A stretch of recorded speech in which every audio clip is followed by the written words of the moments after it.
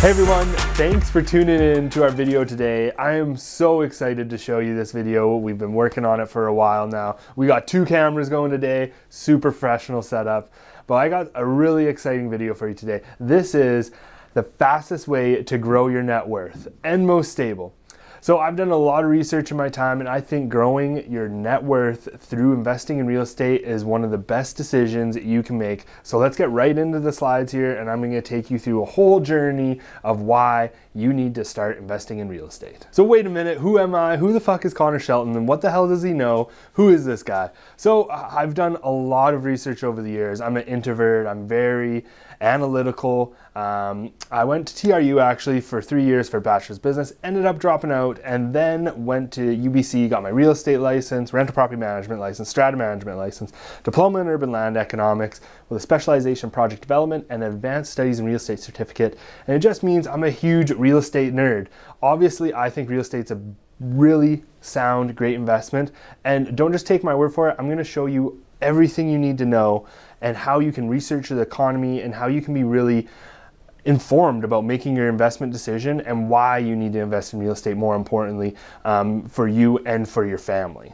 So if you don't know me already, my name's Connor Shelton. I've called Kamloops home for over 20 years now. I've now raised my family here and invested in real estate in Kamloops. I think it is a great market and a great place to live and, most importantly, invest in. But when you're going into your real estate journey, one of the most important things is to really look at what's your why. So whenever you're making the biggest investment of your life, it's important to reflect on why you're making that decision and what your why is. So for me, my why is my family. I like to provide for them and give them opportunities, and it really motivates me to give them shelter, food, trips, wealth, all those things, and give them the opportunity for them and myself to live more comfortably. So you need to ask yourself these questions as well. What motivates you and who are you doing it for?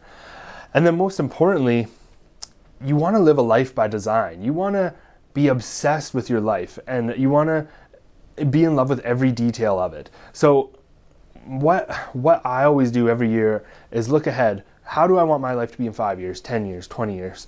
What are the steps I need to do right now in order to do that? And then we're going to plan it all backwards. So, okay, what kind of income do I need in 20 years? And do I want passive income? Do I want earned income? Do I want a combination of the both? And how do I want my life to look? How many hours a week am I going to work? Am I going to work?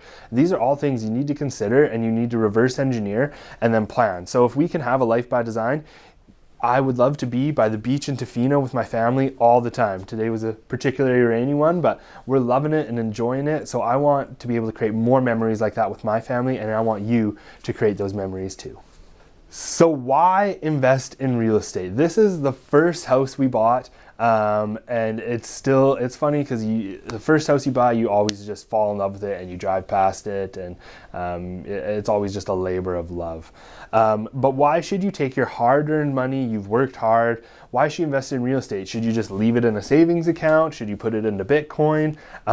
Should you dig a hole in your backyard and put it in a chest? All those things could be great options, but here's the reasons I like real estate as an investment.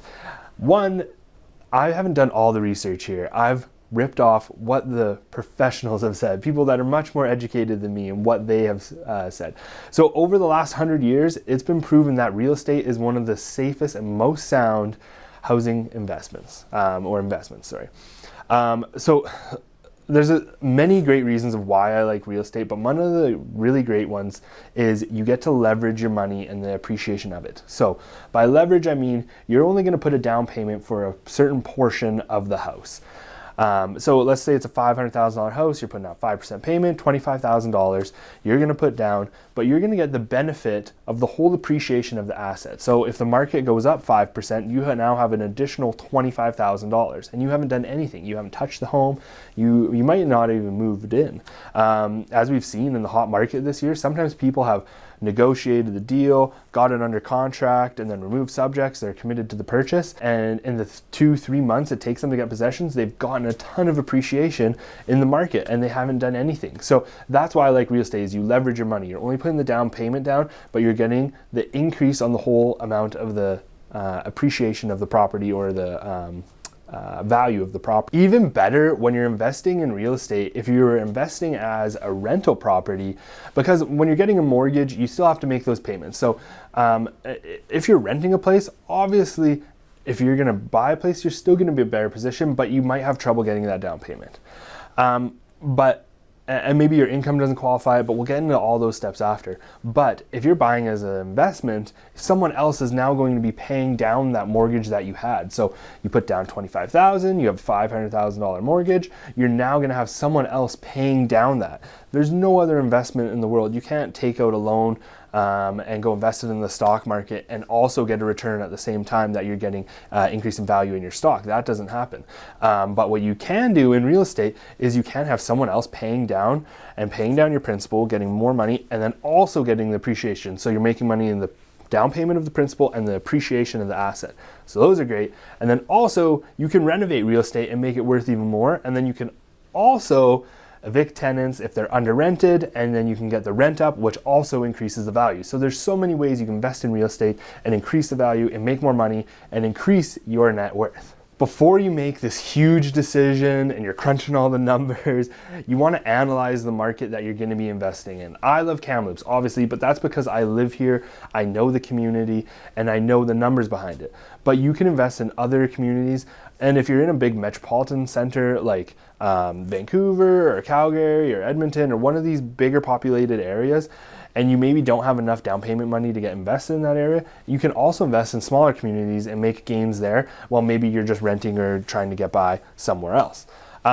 So analyzing the market and the economy is really important. The strategy I'm going to give you is called the Trast Method, and it can help you analyze any market and any conditions and see where you are in the real estate cycle, because it's going to be very different depending on what stage in the cycle we're in. So the strategy I'm going to teach you is called the Trast Method, and it's from this book, Secrets of Investing in the Canadian Real Estate Cycle. So we need to know whether we're in recovery, we're in the boom, or we're in the bust period. We need to know where we are within the economy, whether we're at the peak, we're at the trough, or they're increasing or decreasing. We're going to look at all these different metrics within the economy, and then we're going to use this rating system to see where we are within the scale, and then we can make our investment decisions informed and comfortably and know that we're not just throwing money out and hoping. I've done that before in the stock market. Somebody told me that weed stocks were good, we're going to toss some money in there. No, we want to be informed, we want to be educated on the decisions that we're making, and ultimately that gives us more comfort, and then it makes it easier for us to make our decisions when we're reflecting back on our why and making those investments. So the first criteria we're going to look at is the net migration. How many people are moving to Kamloops? Kamloops population has been increasing over the last years, lots. It's been growing here. There's not really exact numbers, and I gather a lot of this just from simple Google searches looking from Kamloops this week, but you want to look for credible sources like newspapers, census data, economic developments, and that's where I've gotten a lot of the information here, and I have quoted it all here. But here's a graph that shows all the purchases that have happened in the Kamloops real estate market and where those buyers are coming from. So it breaks it down here. You can see majority of people, almost 70% of buyers in Kamloops are coming from Kamloops. They're either moving up, moving down, but they're selling their house and buying, or they're buying a house in Kamloops. But we can see all these other areas where people are migrating from Kamloops, and especially more since we have had the COVID pandemic, we have seen people say, okay, well, I'm moving out of a larger center because I don't need to work from the office all the time. I can work from home, and now I can go and I can get a yard, I can get better quality of life, being closer to Sun Peaks, being closer to amenities and things like that, and get more in a home and pay less for it. So this is why we've seen our market shift and go higher, but this is ultimately why people are moving to Kamloops.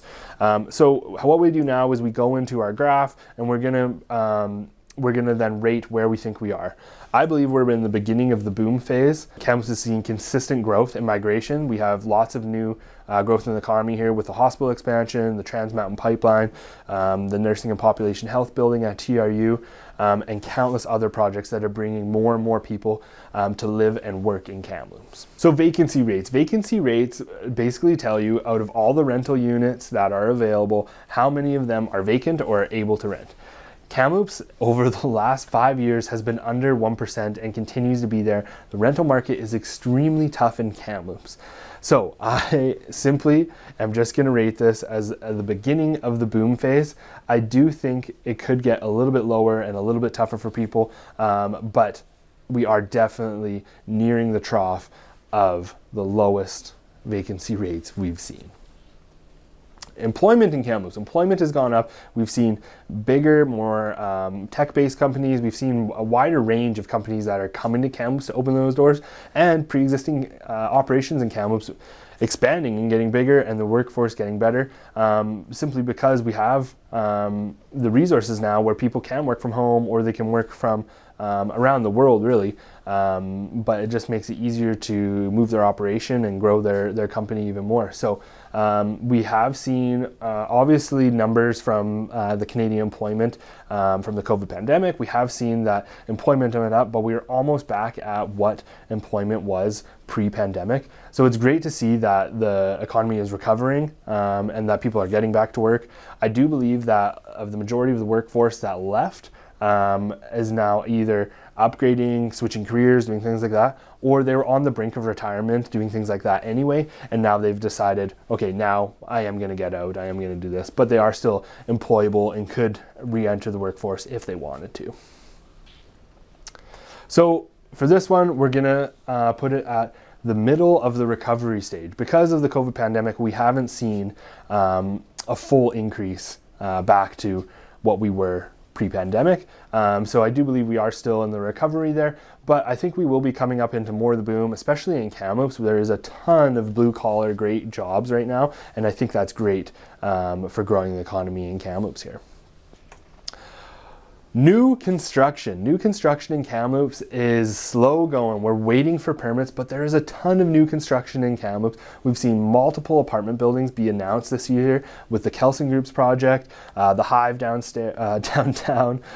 We have seen a ton of projects and new construction going crazy. So number of housing starts has been down quarterly to last year, but now they're increasing into 2021, and they're actually outpaced what they were last year, and I believe they're going to be continuing through. Hardest part right now is Kamloops doesn't have a lot of vacant land to build on, so we are seeing a lot more redevelopment, but we'll get more on another slide there. But I do believe we are at the beginning of the boom stage for new construction. I think there will be more and more, but we don't have oversupply. We don't have too much new construction. There's not a lot of vacant units. The Lightwell was one building in particular where they launched the building and had the building completely pre-sold mid-construction. So there isn't a bunch of vacant units sitting there. There is really a lack of inventory in the new construction. So at the beginning of the boom phase there.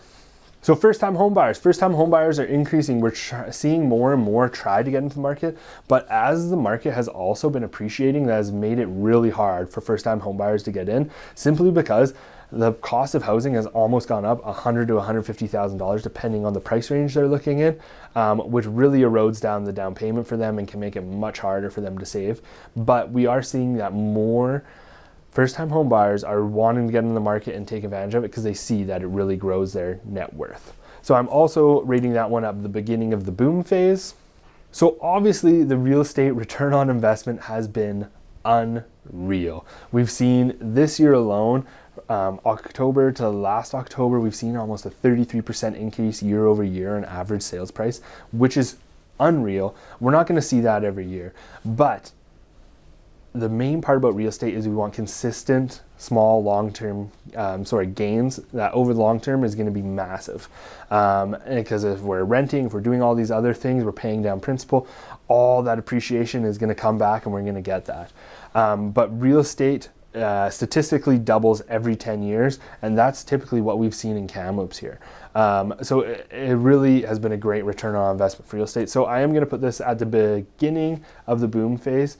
So you can see that it is a negative mark there. So meaning that your return on investment, if it's rental, may be going down, because if you're not, if the price of real estate is going up, but your rent is remaining the same, your return on it, if you could sell that property and then get more rent or up your rent, your return on investment would actually be less than what it could be, the potential rent. So real estate return on investment is actually getting eroded because as the pressure on cap rates are there and the pressure on interest rates are there, then we see that the prices return on investment can go down because there's so much more pressure on the market there. So with rents, they're obviously increasing because we've seen an increase in the housing market. They're both correlated the same. So as we see the increase in housing prices, we are going to see an increase in rent because as new owners buy those homes, they're going to need to increase the rent to pay for them, and that's simply how the market works. Rent is correlated with the housing prices. So we are going to say that is increasing. I believe we're going to be close to the peak here, but that all remains on what's going on in the housing market. So if prices continue to rise, so will rent. If prices stop, then we will see some pressure on rents to stop. And that also includes government intervention. If there's social services programs that's going to be giving subsidy to rents, that actually sometimes can have a reverse effect and actually increase rents. It might decrease what a rental tenant is paying, but if they have the extra income there, it could actually increase the rental market overall and make it harder for some other renters. So interesting to see that.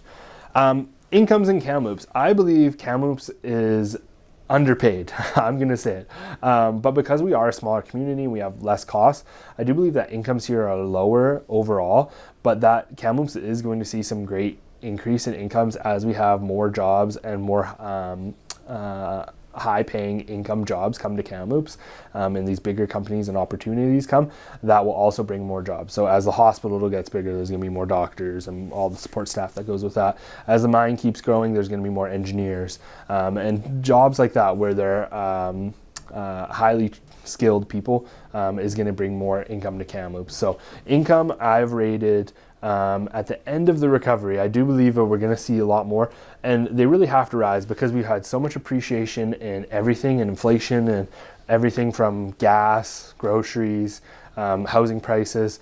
With everything else inflating, incomes just have to rise. But I believe we're at the end of the recovery phase there. Real estate financing availability. So financing is starting to get a little bit harder to get, but overall financing is still pretty capable. The one thing that we have to remember is Canada has one of the most secure lending environments out there. CMHC, the Canadian Housing and Mortgage Corporation, sets great rules, and the Bank of Canada, but they together, they're managing interest rates, but they're managing the policies on lending, and this ultimately makes Canada one of the most secure economies to borrow money in. Our banking system is one of the most sought after. I don't know if a lot of people know this. I didn't know it until I researched it a bit more, but we actually help developing countries develop their banking system off of our model.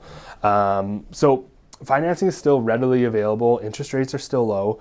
They have been rising a little bit, but with the Bank of Canada saying they're not going to rise interest rates until late in 2023, that will remain to be seen because they typically use, the Bank of Canada uses the overnight lending rate as a gauge on the economy. So if the economy is recovering faster and things are inflating faster than they want, then they typically are going to raise up the interest rates so that the inflation slows down, so that other Canadians aren't getting lost in the rat race of it all.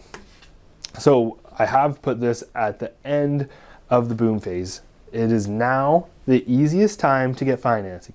If you are getting financing, do it now. Okay, this is the best time to finance a home. I don't know how that looks on camera, but hopefully well. So gross domestic product, or GDP, if you watch the news, this is typically referred to a lot as the GDP. We have seen that the gross domestic product of Canada and British Columbia is now being quickly absorbed back from pre-pandemic and is basically on the same trajectory as it was before, if not going to go up even higher, which I believe.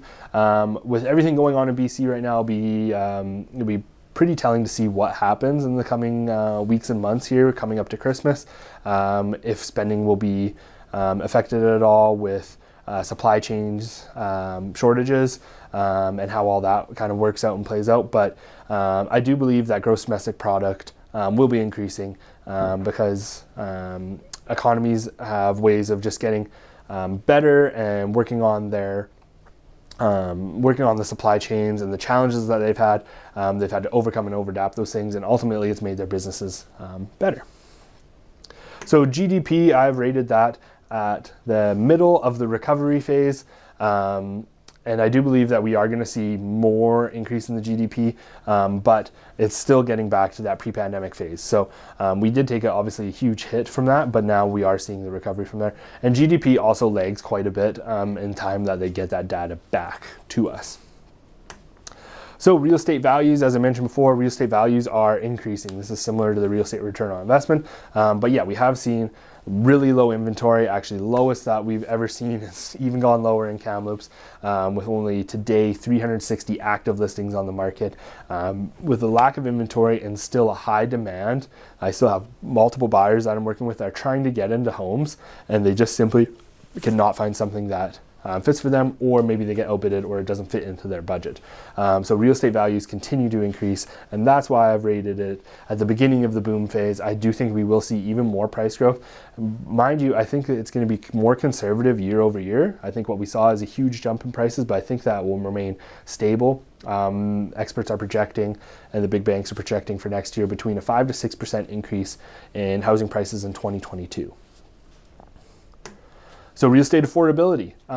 So this one always kind of cracks me up because real estate affordability is different for everyone. But ultimately, real estate affordability is decided by CMHC. Because if you're financing a house, they have a specific guideline of how much you can afford. And simply put, it's how much income you can spend on your home and your debt service ratio. So how much debt do you have? What's your income? What's left over? Okay, now you can only spend and depending where the bank's at, but around 35%, somewhere in there. So housing affordability is actually around the same.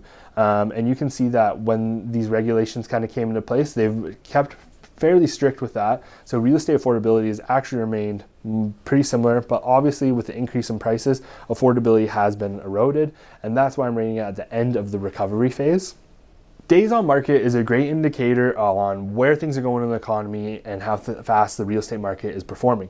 Recently, this last October, we saw homes on average selling within 32 days.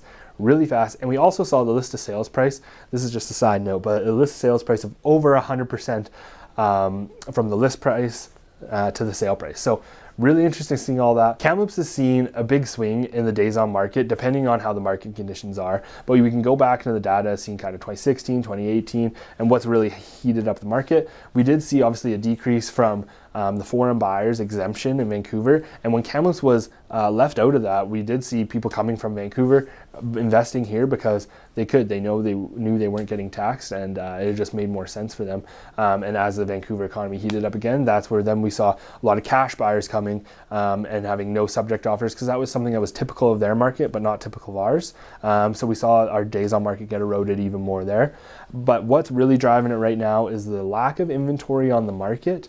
So the decrease in days on market has really been driven with a lack of inventory. With only 360 active listings right now, that is going to hover around the same for the rest of the year and probably won't increase until spring of next year.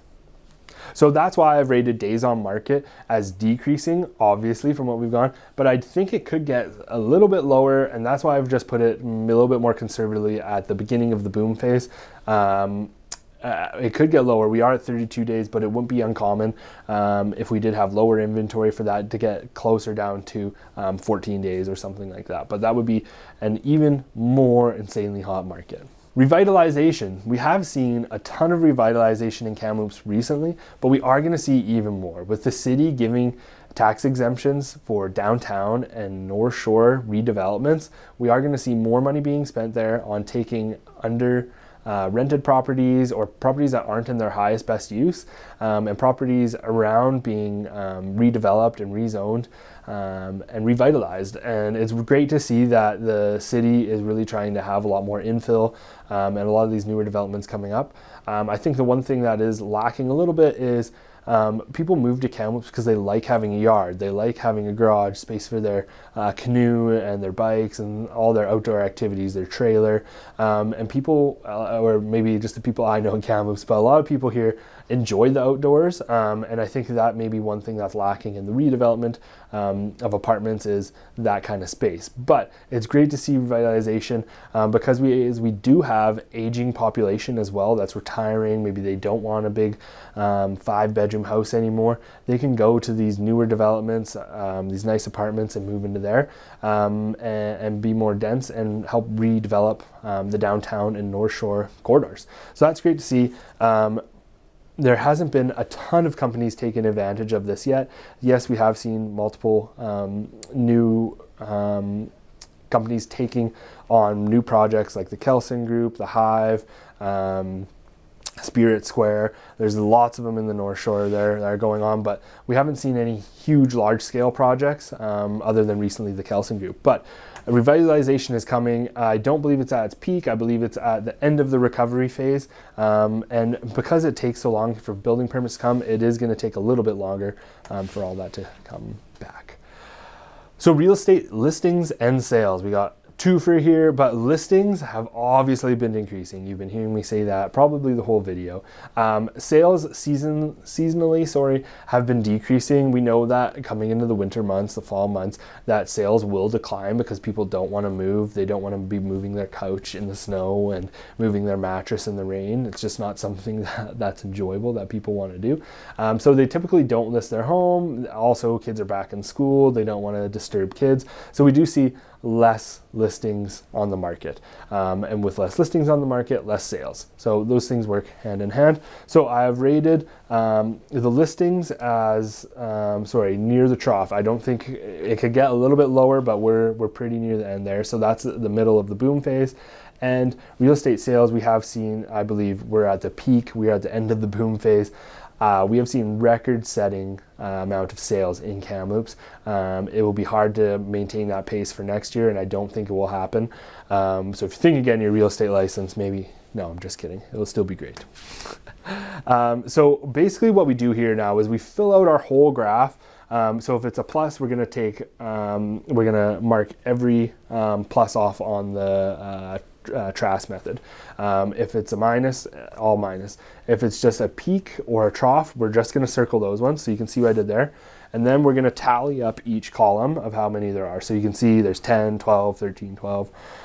So based off the Trast method in Kamloops right now, I think we are transitioning from the end of the recovery to the beginning of the boom phase.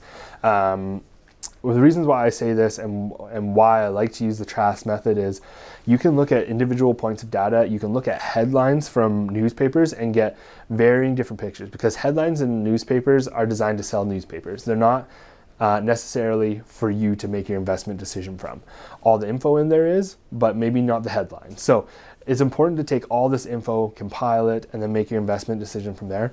But that's where we are. So now you're like, okay, Connor, that's great. I know that Kamloops is good to invest in, what strategy I can use and how I can make some money.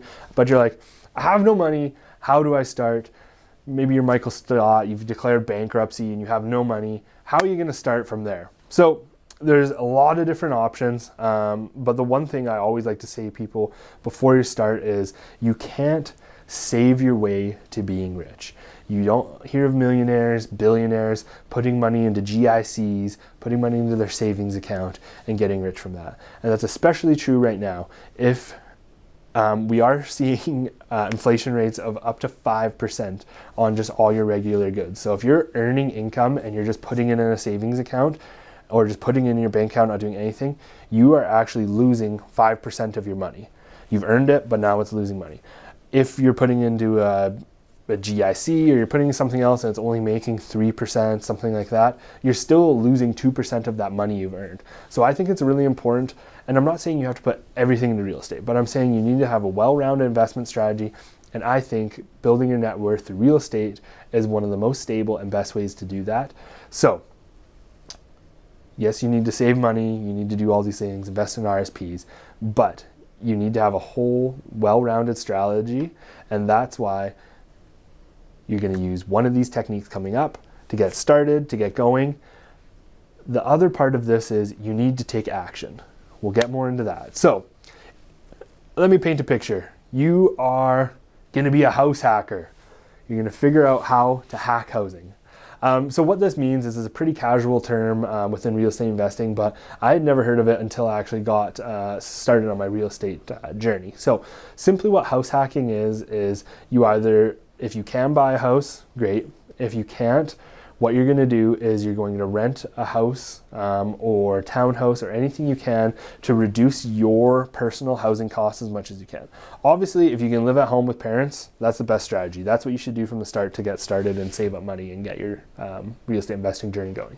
If not, and you need a place to live, you're going to rent a place, you're going to get as many rooms as you can, and you're going to live in the crappiest room, and you're going to rent out all the other rooms so that you can get as close to living for free as you can. What this does is, it gives you great property management skills. You're going to pick your tenants. You're going to have to make sure everyone gets along with the dish schedule or with whatever that is. But it really helps you lower your living expenses in order to then save all that money to get your down payment and then get into your first deal. So once you've done that, and same thing if you're getting into your first house and say you don't have kids, maybe it's just you as a single guy or girl, or you and your spouse, you can rent out as many rooms as you can, and you want to be able to save as much money as you can to bring it to the next down payment. So that's one way. Another way you can make money within real estate is called bird dogs, is my favorite reference for it, but it's called assignments of sale. So there is a lot of technical terms you need to know in here and a lot of contract law, and I'm not going to go into every detail, but I'm just going to give you a quick overview. So what a bird dog is essentially, or assignment is, they are a little bit different in what they are. So a bird dog is, if I find a really wealthy real estate investor and he's looking for a type of property, say he's looking for an apartment building, but he's having trouble finding these apartment buildings, and he tells me, hey, or I ask him, hey, if I could find you an apartment building that you could buy, would you be willing to pay me a bird dog? So essentially what you're going to do is you're going to go out and you're going to hunt out properties that this investor would like to buy. You're going to negotiate a fee with him of what he would pay you for bringing him the deal. So this could be $5,000, $10,000, $20,000, whatever it is. It depends on the scale of the investor and what he's willing to pay, and ultimately what the purchase price of the property is and if he can pay for it. But what you're going to do is you're going to go out, you're going to find properties, you're going to knock on people's door, say, hey, are you interested in selling? That's great. Okay, I'm going to put you in contact with my guy. Then once you can do that, you can get what your bird dog fee, and that ultimately helps you. Because you can do this on the side. You can still be working your 9 to 5, your regular job, doing your other hustles, but this is another way where you can make money in real estate. You're not invested into it, and you can generate income for yourself. Obviously, this isn't going to be passive income or anything like that, but it's another great way to do it. Another way you can do it is you can put out ads on Kijiji, Craigslist, Facebook now. You can just put up posters around the city saying, we want to buy houses for cash, or we buy houses, or is your house run down? You want to find properties that you can get for under market value. So this may take some negotiating on your part, but you want to find properties where you can make the difference in what you negotiate them down to. So you're going to negotiate, and this is an assignment. So you're going to take a contract with someone. We're going to find a willing seller. We're going to negotiate them down. So say the property is worth maybe $350, but we get it under contract for $340. We're going to try and then sell that contract to someone else for more. And that's what's called an assignment. When you take that contract and you sell it to someone else, you're never actually going to be a physical owner of the property because you're selling your contract, your interest in the property, to someone else. So that you actually never have any money into the deal, maybe a deposit, but you don't have to get a mortgage. You don't have to do any of that other stuff. You sell that deal to someone else, and you get the profit that's in between. My preface with assignments is you need to be able to explain to the seller that you will be entitled to the profit in between, and that's what makes these deals quite a bit harder. But if they feel like they're getting a fair market value price for their property and you can sell it for more, and they feel like they can buy it for a market value or what they perceive the value to be, then you're entitled to split in between. So those are all great options on how to get started in real estate with no money. Now let's say you have a bit of money, or the other option is, let's say you have lending capability. Now you have an income from the 9 to 5 you're working, or from passive income from you investing in real estate. You can now just be the borrower on the property, and you can get someone else to be the capital for the property. It can be the principal down payment. So I like to call these joint ventures. I couldn't find a slide for this, and I just typed in joint, and it worked out. I thought it was fitting of Elon. But so joint ventures are simply an agreement between you and another party or a couple other parties. But a joint venture typically is just you and one other party. I've set up a couple different ones with people, and they tend to work out great. You obviously need to vet your partner, make sure you're comfortable with them. So a couple different strategies are buying a property, having one person as the down payment partner, another person as a lending partner, and you can even negotiate and be just the deal operator. You can be, okay, we're going to renovate this. Out of all the money we're taking, we're going to use this for down payment, we're going to use this for renovations, this person's going to get the mortgage, and I'm going to get some money for managing the whole deal myself.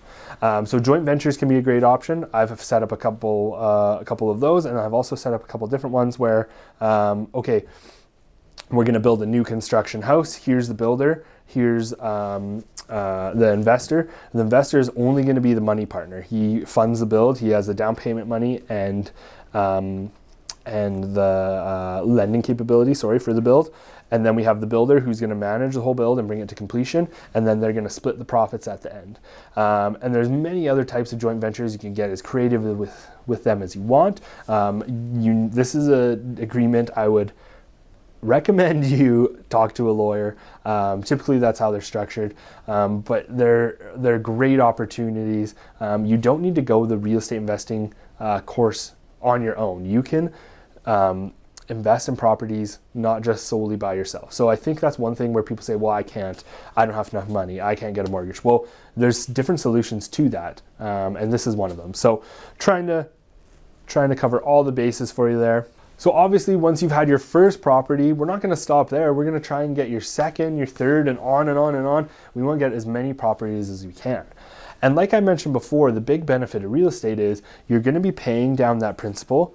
Ideally, if it's a tenant, paying down that principal, and then we're getting the appreciation on the asset. We get this spread of value that's really unaccessed.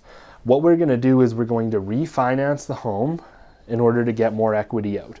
So say we buy the home for $500,000, we get some principal pay down, we're now only owning, let's say $450,000, and it's worth $550,000 now. So just for round numbers, we have $100K of appreciation there. We need to keep 20% equity in the home. So we're gonna refinance, and we're gonna take that new money, and then we put it to the next deal.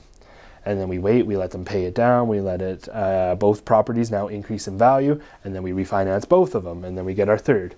And now we have 3, we do the same thing, we refinance, get our 4th, and we keep on going, and we repeat and repeat.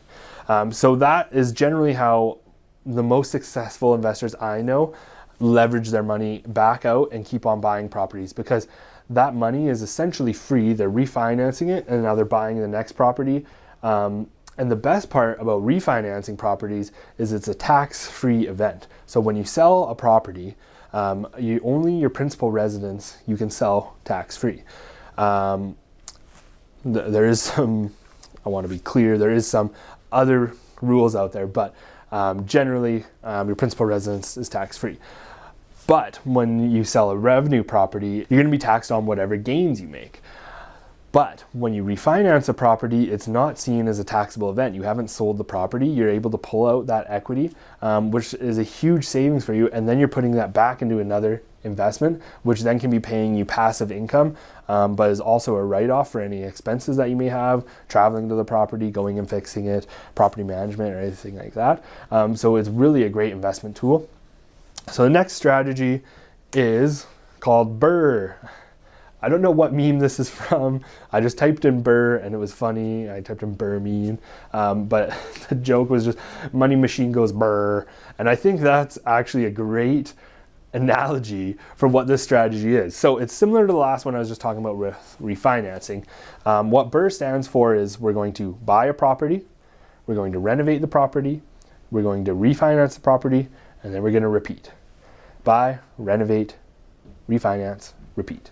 So buy the property, we're going to find a property that needs work. Maybe we're going to put a suite in, we're going to redo a bathroom, we're going to redo a kitchen, something like that. But we're going to renovate the property, and then we're going to refinance because now, and we're going to rent out in the meantime, So we're going to basically get the property looking good. We're going to get it all spick and span. We're going to then put the tenants in, and then we're going to refinance so we get this high rate, and then we're going to putting that to our next one. So that's the BRRRR strategy. So there's so many other ways which you can invest in real estate in. This is just a light overview. There's people much more educated than me that are way more successful. But to get started, these are great options for you and great options to grow your net worth. But the last ingredient is you have to hustle. You have to be motivated to invest in real estate. It's not like an RSP that you pay someone and you just put money in every year and you grow and your eyes are off your money. You need to take care and you need to take your investment strategy seriously. If you don't have eyes on your money, then your money's gonna disappear. But you gotta hustle. You're gonna have to make phone calls to find those deals, those bird dogs, those assignments, those off-market deals. You're gonna have to find joint venture partners. You can look for properties just on MLS, and I help people look for properties all the time. But if you want properties under market value, you're gonna have to negotiate with the seller. You're gonna have to see what they need and what they want and what you can do to ultimately get what you want, and that's for to get the property under contract for less than what it's worth. So you gotta hustle, you have to have the resilience, and there's so many different ways where you can make money in real estate. So I'm here to help you. The other part of that is you need to have an exit strategy. At the end of the day, how are you gonna pass all this wealth down to your kids, down to your family? Maybe you don't have family or kids, maybe you wanna give it to the food bank, you wanna give it to UNICEF, whoever you want.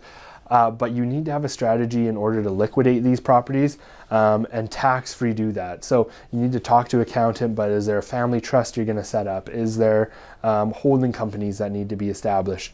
You need to do the research, and this is why I talk about the hustle. I can't tell you everything to do, but you can go out and you can find the professionals that you need to talk to in order to maximize your investment, and I encourage you to do so. And not just real estate, but you need to have a plan to pass down everything right, but to make sure at the end of your life that everything's handled. So do you have life insurance, critical illness, a will, a power of attorney? You need to have all these items in sorts so that you can comfortably have your life managed from start to finish. So ultimately, I want you to be wealthy as well. That's why I'm sharing this info with you.